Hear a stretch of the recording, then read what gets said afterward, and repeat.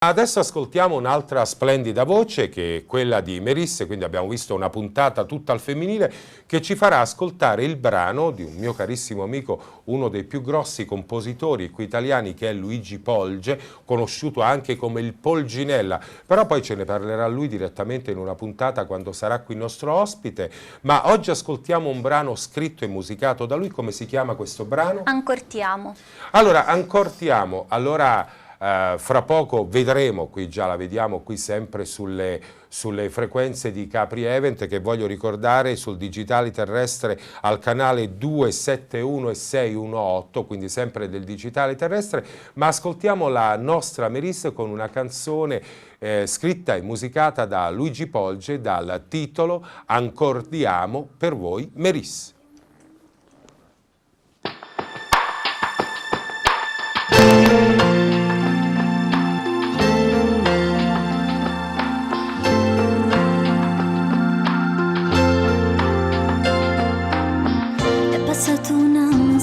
Di te è rimasta qui una foto tua, quei momenti folli, che allegria, quel sorriso libero, gli occhi tuoi, era amore dentro e niente più, c'era il vento che sfiorava lì, i capelli suoi copriva me, un respiro, un bacio, che pazzia.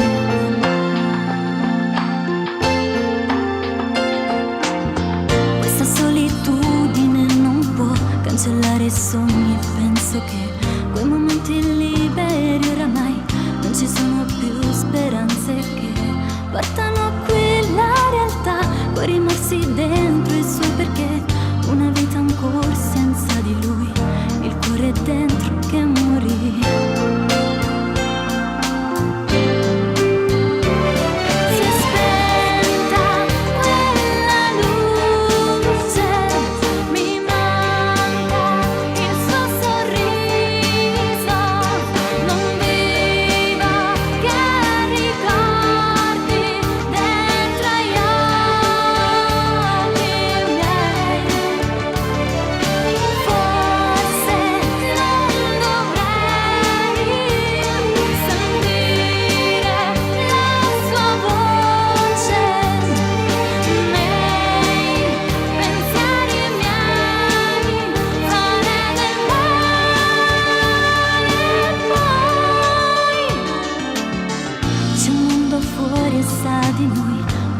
Inciso il nostro cuore, quella persona anima e sa, quest'amore eterno è scritto qua, quella pioggia un temporale e poi un ombrello piccolo per due, stretti stretti ci bagniamo e poi un quadrifoglio era lì.